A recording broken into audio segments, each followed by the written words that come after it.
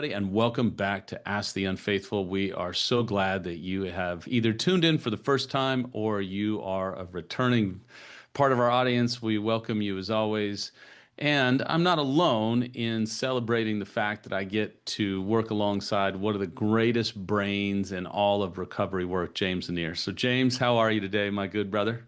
I don't know why I don't anticipate you blowing me up like that. It's the truth. Everybody knows it's the truth. I'm great. Matter of fact, we just got out of couples intensive that just went so incredibly well.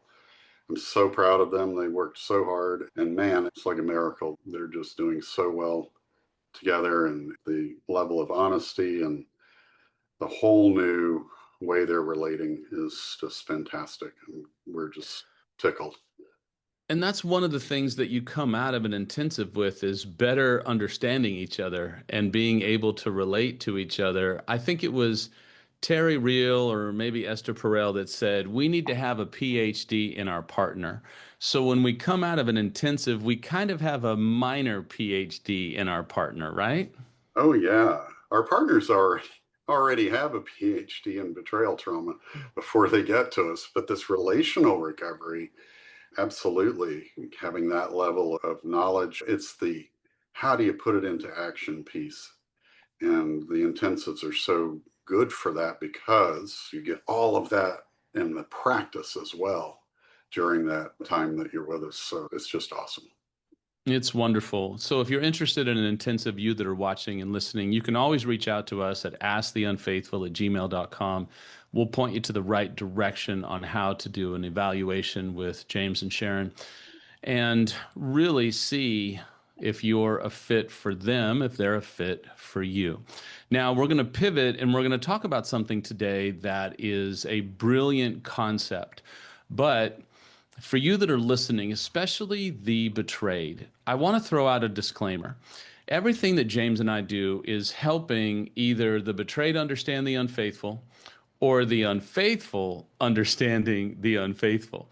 Today is full of some deeper, complex understanding.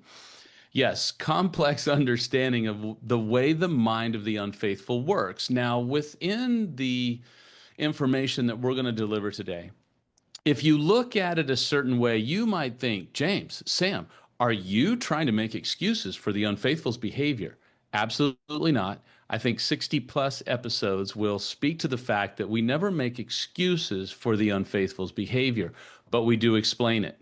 We do all that we can to help the unfaithful understand why they do what they do and help you, the betrayed, understand why the unfaithful does what they do.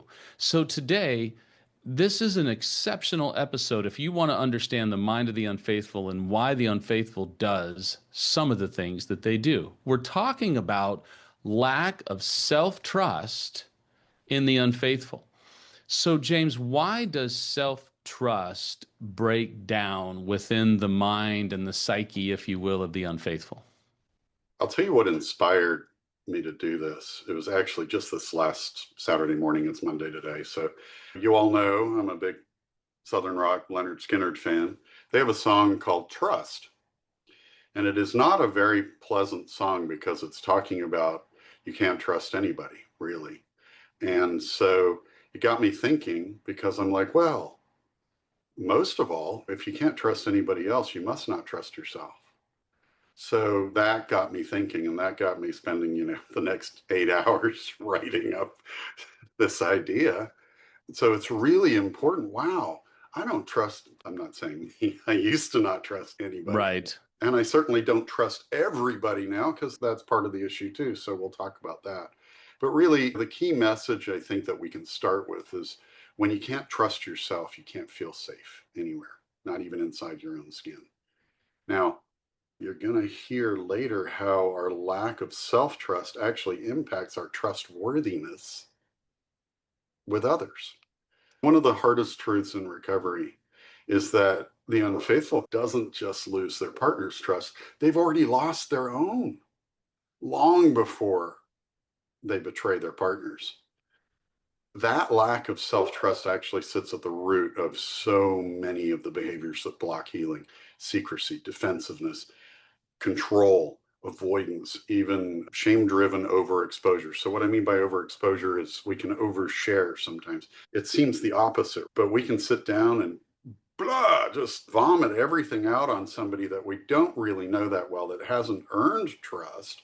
And ultimately, we'll show you why that's problematic. But that's what I mean by overexposure. So then we're going, oh my gosh, did I say too much? Did I say too much? And then we actually go the other direction and withdraw.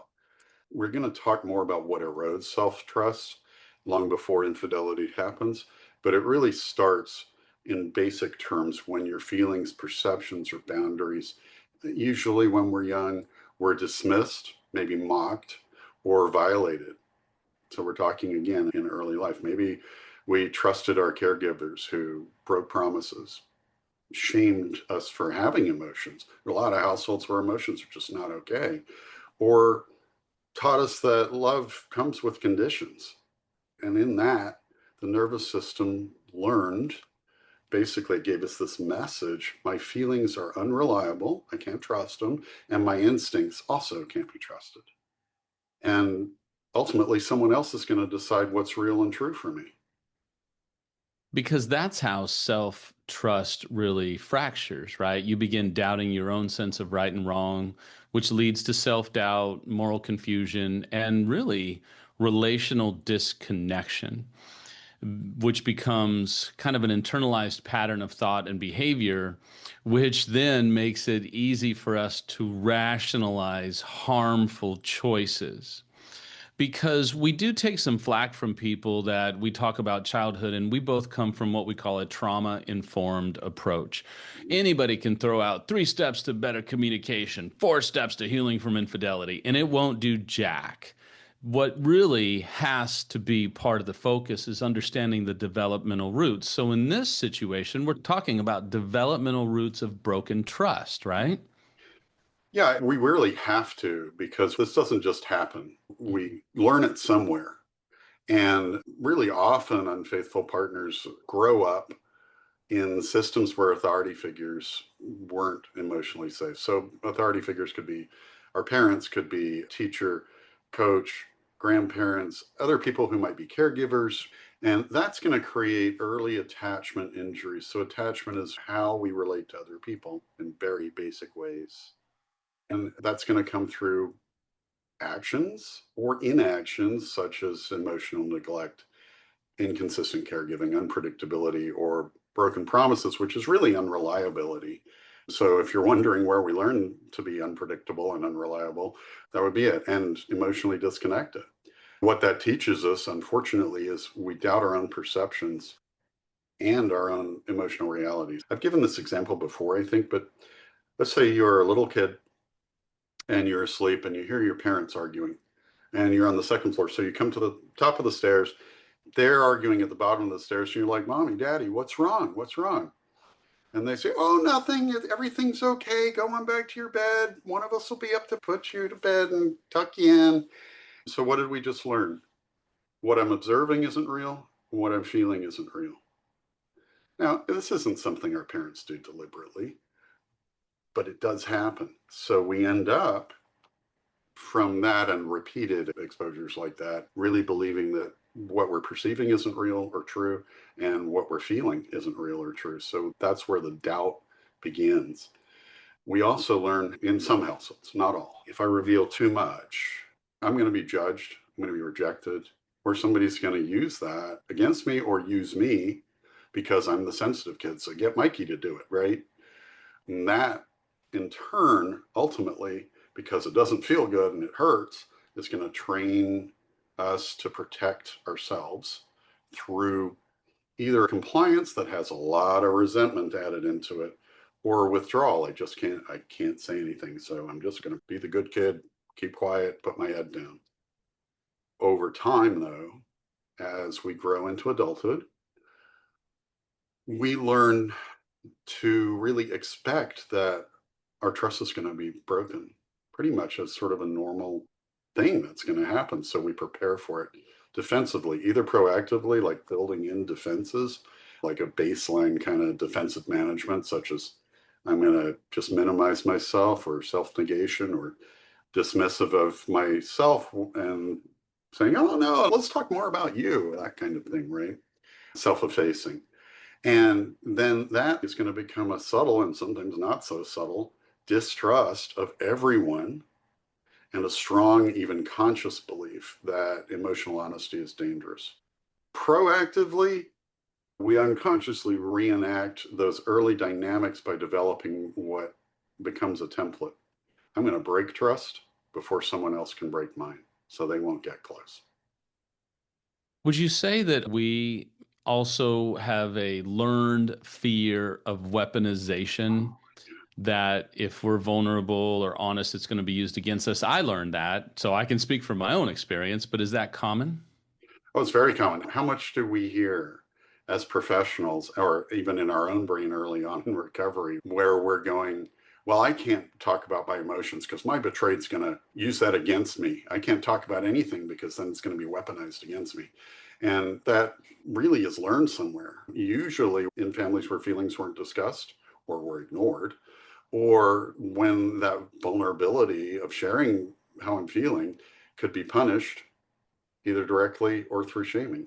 So we learned that anything we share can be used against us. That's what I learned at a very young age. And that's what, at some level, not totality, but at some level, made me feel like vulnerability feels unsafe and intimacy is associated with exposure or perceived vulnerability that will be used against me. And then even in recovery, we withhold and lie about our inner truths or even inner confusions. We minimize and compartmentalize our own feelings. And then we deflect accountability to avoid being emotionally disarmed, if you will, because ultimately we're trying to feel safe. We're pursuing legitimate needs in a very illegitimate way because we kind of don't know any better. Now, that doesn't mean that infidelity is, oh, come on, we didn't know any better, get off of us. Absolutely not. We're talking about how we learn how to distrust ourselves and what goes into the mental gymnastics that allow us to justify our infidelity. Being the case study that I am, talk about signs that we don't trust ourselves. Oh man, too funny. Yes, me too. I am also a case study. There's that piece that you mentioned that's so important, that our feelings about intimacy are going to then be associated with this feeling that I'm exposed, I'm in danger. So you're going to see it throughout these signs that you don't trust yourself. And these aren't in any particular order. So by all means, make notes of these and say, oh, that one applies. That one applies to, I don't see that one so much, that kind of thing, right? So we seek constant reassurance from others, but we rarely trust our own inner guidance and conclusions about where we are in life, what's going on in life. So we're putting out a lot of trying to get feedback and rely on that. We chronically second guess small decisions, fearing that we're going to make the wrong one, which can lead to putting off decisions and procrastinating because, frankly, that anxiety of procrastinating and not having it done is going to be easier to deal with than whatever fear that we have is not realized yet. We can also, within that second guessing, often ruminate for a long time about the decision that we actually made and was it the right one? Did I offend somebody? Did I do this? Did I do that? And would the outcome have been better if I had done something else? So we'll sit there in our minds just twirling on that. Guess what? If we're preoccupied or obsessing over that, we're not present for whoever we're with.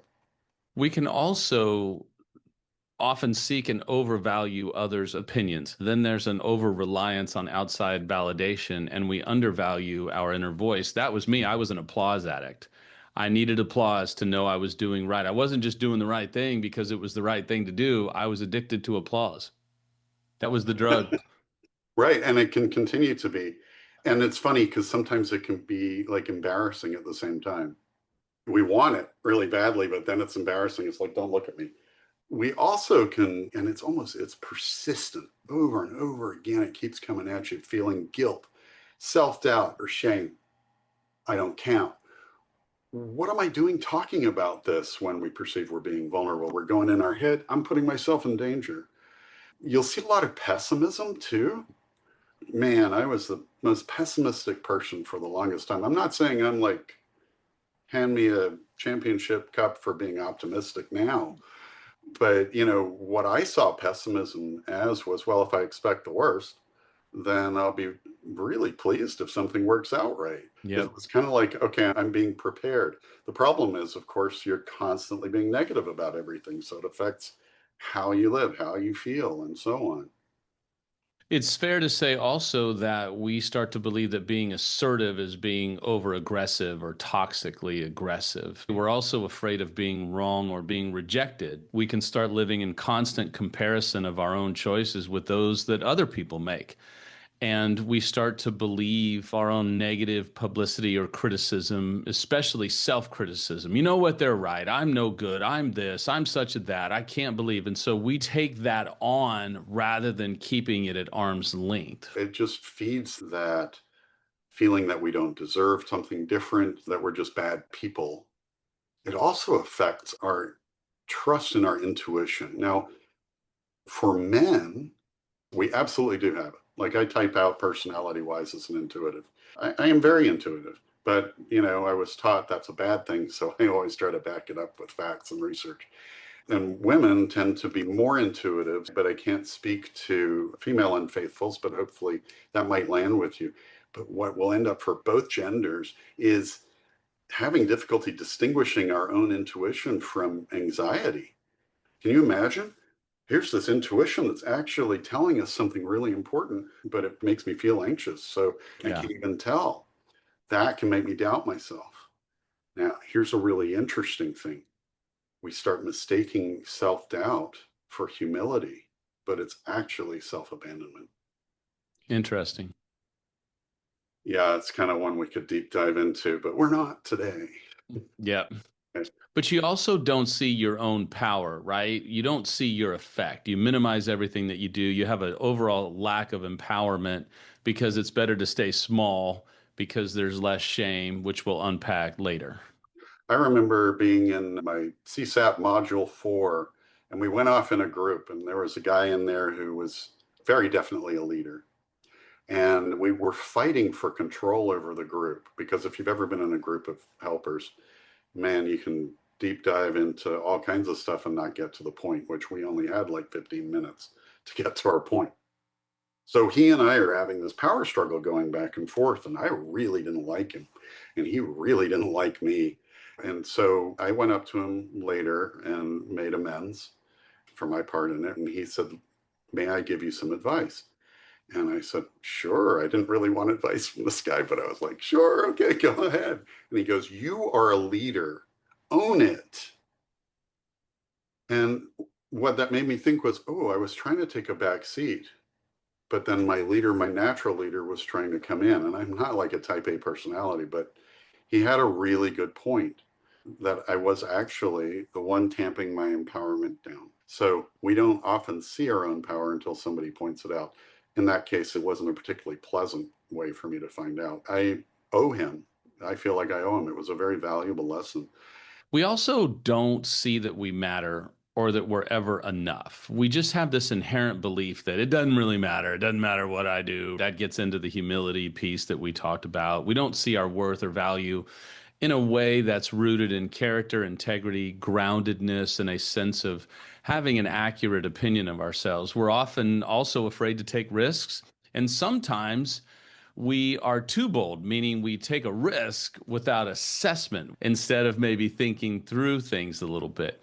Now, I want to transition here because now we're going to talk about something that's really fascinating because there is a neuropsychology to mistrust, right? There is, and I know everybody just loves it when we get into the deep end of neuropsychology, but it's really important, you know, at least I tell myself that. So here's this interesting thing. Chronic shame activates the brain's threat or survival systems. So the amygdala, the limbic region, which is our midbrain that has all the raw emotions in it.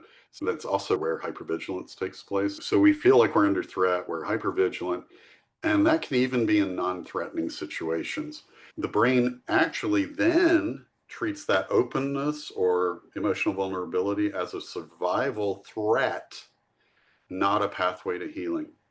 So everybody's always talking about, hey, you got to be vulnerable, man. You got to share your emotions and such. We have this big old block to that because our limbic system, our survival system, which will take over all the frontal lobe thinking and emotional regulation parts, because that is activated the moment we start thinking about vulnerability. So there's this immense amount of fear around it. Yes, it is the answer. We've got to get past that and move through it. And we're going to talk about the ways to do that in a follow-up episode.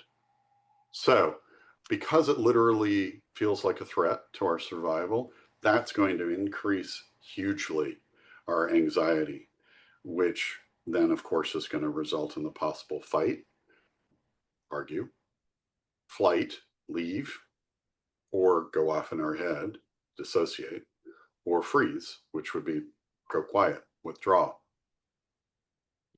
And then we have this hypervigilance, which fuels this mistrust. So what we end up doing is we're scanning for danger instead of safety. Who can harm us? Where are the places that I can have this weaponized against me, instead of, ooh, these are my safe people and this is a safe place. And over time, would you agree this distorts our perception? We're suspicious of everyone in every situation because our body is geared to expect it. We're forearmed in anticipation of it being used against us. And you see that in intensives. I see that in coaching all day long, where people come in and are like, all right, how is Sam going to harm me or shame me or make me out to be this terrible human being? So, having unpacked all of that, now let's talk about how does lack of self-trust show up in relationships? I'm going to start with this key message. When you don't trust yourself, everyone around you feels unsafe. That's sort of a remarkable thing to say because we kind of like, well, I don't trust me. How's that going to affect everybody else? Because then we're not trusting anybody else. So we have our defenses up, and those defenses can feel to others like a threat. And we can break this down into a few different segments. The first one is going to be emotional and behavioral patterns that develop. So we unfaithful become guarded. We calculate how much we should share. We're constantly thinking about it. Oh, I got to be cautious here, cautious there. There are times when that breaks down. I remember recently meeting the new husband of a really good friend of Sharon's, and I just couldn't stop my mouth from moving. I was just, blah, blah, blah, blah. There was something about him that was so receptive, and I was sitting there going, hmm. And even her friend says, when she's driving us home back to our hotel, she says, who are you? Where did that come from? Because I'm usually much quieter. Obviously, I felt very safe with him, but I also was second guessing it later. What did I say? Did I say too much? We can overexpose, although I wasn't feeling guilty about anything at the time. He was just very safe. However, for most unfaithfuls, we can overexpose as a way to manage guilt or overshare in the hope of proving that we're transparent. And then we'll become fearful of the potentially dangerous results of having overshared. And then we can become even more hypervigilant and withdrawn. So, one can assume that both guarding and oversharing are driven by fear, not connection. And anytime we're driven by fear, we've got a problem. So, then we resort to self protection, which shows the unfaithful isn't trustworthy because it replaces mutual vulnerability, which means if one partner isn't vulnerable, the other will be reticent to be. And that's where we actually create this wall of resentment. So now, talk about the role of resentment in all of this. Resentment is like a guard dog, but it's guarding an empty house. Resentment hides grief, it hides fear. It's often easier to stay angry than to feel small or ashamed. So we stay in that place. Many unfaithful partners resent their betrayed partners for being hurt because that pain that our betrayed partners are feeling mirrors our own guilt for having made them feel that way. This can sound like, well, you'll never forgive me anyway if we say it out loud. Or a resentment against ourselves. I won't ever get this right. But resentment and trust can't coexist. So if you're feeling resentment against yourself, self-trust isn't there. So now we get into two metrics that are really important when we talk about this, and all the betrays listening will be like, "Oh, I get this." But then we have to talk about projection and suspicion. So unpack that a little bit for us. So those who betray often assume that other people do it all the time too, which creates an excuse for their own actions. And the unfaithful often assumes that others are going to deceive them because they've done it themselves. And so that's an assumption that they make. Pretty much everything coming at them is filtered through this assumption that it's going to be a deception.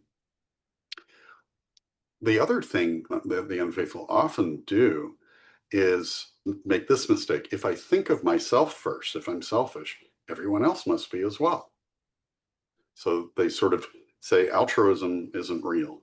Somebody actually caring about me or wanting to help me because they just want to help is suspicious. I don't buy it. Why? Why? What do you have to gain from it? Because the projection becomes a psychological defense, no? Yeah. If I can't trust me, I can't trust you either. Exactly. So You they know, hold others under constant suspicion, which I think so many betrays are like, absolutely. They were holding me and others under this constant suspicion that I could never figure out because we're looking for ulterior motives. And then this constant suspicion erodes empathy and prevents any authentic connection in our life because it's our own undoing. yeah. I mean, if you think about it, if I'm suspicious of everybody who is showing any kind of concern, care, compassion for me, if I'm not believing their own, I'm certainly not going to believe that I'm capable of it. I'm always going to hold mine in high suspicion too. And then authentic connection, which derives from that ability to have compassion for a fellow person, is gone. And then that becomes a filter where relationships are seen as transactional, not mutual. Now, there is a point that we have to discuss called over trusting, which then kind of leads to a self fulfilling prophecy in our lives, too. Yeah, so this is what I was referring to earlier with the overtrust. I don't know how often you've seen it. I've seen it a fair amount where people will come into the office and it's their first session and they start to talk and nobody's heard them before. They've not shared it before and just bloom. And then they don't come back because what their experience has been, in part because of some of the things we talked about earlier, like, oh my gosh, I've shared too much. But the reason they don't return is because they've chosen unsafe people in the past to confide in. And then that person hasn't kept that trust as sacred and shared it with somebody they shouldn't have shared it with. And then they're hurt, really painfully hurt. And so that becomes a pattern. I'm not all over trust, and then I get hurt. And that reinforces the belief that no one is safe. And then the cycle repeats. I trust, I'm hurt, I withdraw, I crave connection, I overtrust again. And that becomes then the self fulfilling prophecy because I keep not discerning properly who's trustworthy and who isn't. And so then we'll think, well, see, I See, keep here we go. Can't right. trust them. See, I get vulnerable and look what happens. And we trauma reenact it actually at some level. We also do this little thing called we misread safety. How do we do that as unfaithful? So, really, provide an explanation first, I think. When our self trust is broken, when we don't trust ourselves, we are unable to discern what's safe and what's unsafe. We might just ignore it or not even see our betrayed partner's consistent honesty and yet trust somebody who flatters us or excites us or validates us. When our compass for safety is broken, chaos feels like home to us, and stability ends up feeling suspicious. It flips on us. And that consistency of connection, that stability, then can end up feeling like we're being controlled. It can feel like our partner's being controlling. And that's going to feel like a loss of freedom. And that in turn is going to feed the feeling that intensity, the chaos, for instance, acting out, is intimacy. And it is not. So, quick, deep thought there, but that's how it No, works. it makes sense because intimacy requires emotional exposure, but the unfaithful's internal defenses make that feel unsafe, right? Yep. Yeah. That's that thread I was talking about in that very base part of our brain. It's almost like a reflex arc. We start to share or we mistake something that's not safe for safe, and then boom, it hits us again. So even the body interprets closeness as a danger, and all the betrayeds are going to resonate with this. We shut down, or we deflect, or we do this other thing where we intellectualize everything, and the betrayed can be like, oh my gosh, here we go again, right? Yeah, intellectualization is withdrawal. We're going from our heart right into our head. We're cut off. We're coming just from here. And that's not connective. It can't be connective. Just can't. We can understand why we ought to connect up here, but it's not connection. So there's this really interesting thing.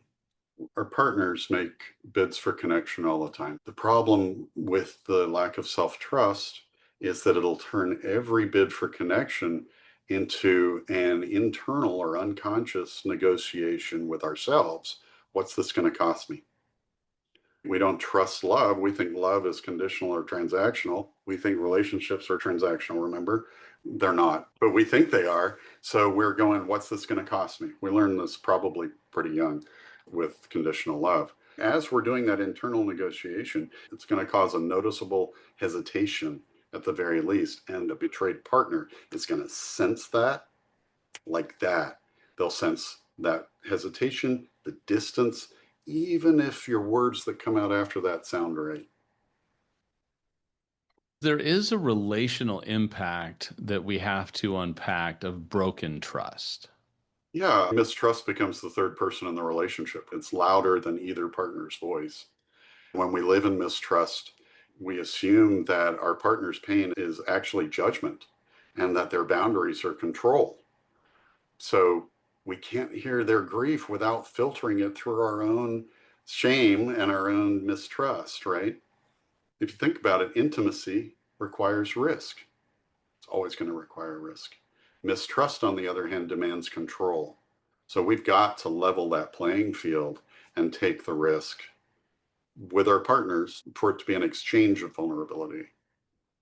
Now, this is a great part for the unfaithful to learn how it affects the betrayed partner, and also for the betrayed to understand, maybe kind of unpack how it affects them. What's the betrayed going to experience? Confusion. For instance, how can you still hide when I've already seen everything? They're often going to begin to doubt their own instincts because of our mistrust of ourselves, which amplifies that questioning of their own reality. They actually can feel punished for caring, like they're walking on eggshells around being compassionate and caring, even. And it's re traumatizing, not because of what's said, but because of what's withheld, because that's going to mimic the feeling of secrecy that surrounds betrayal so much. Their trauma brain can't tell the difference. So it is experienced as the same. They can also experience our distrust as invalidation and emotional distance. They're going to feel Yep. unseen and unsafe. How many times have we said that betrayed partners feel unseen and unsafe? There's why, because they experience our distrust of ourselves as invalidation and emotional Yep. distance. Their expressions of pain are going to be interpreted by us as an attack, leading to defensiveness on our part and minimizing the betrayed's pain. So their nervous system is going to react to that by remaining on alert, scanning for further deception. And over time, that can actually create a secondary trauma and relational fatigue. Then there's this circular dynamic within the relationship where the betrayed seeks connection, the unfaithful seeks protection, the unfaithful then wants connection, which would be expressed as I feel really alone. The betrayed is highly cautious or reluctant to connect at that point. The unfaithful then feels rejected and distances, and the betrayed seeks connection again, and we get into this horrific cycle. Absolutely. And I think so many people, if they were to rewind that and listen to it, they could probably pinpoint their own cycle of how it works for them and their own relationships. So, as we end today, James and I are going to do this fun thing where I'm going to give a final takeaway and then he's going to give a final takeaway because we're going to drive home these points. Okay. And these would be good for you to listen to time and time again. And then if you're taking notes, to write these down. Self trust is the hinge point of recovery. When it's broken, everything else, including connection, integrity, empathy, all wobbles. When it's rebuilt, though, everything can begin to stabilize. You can't borrow trust from your partner.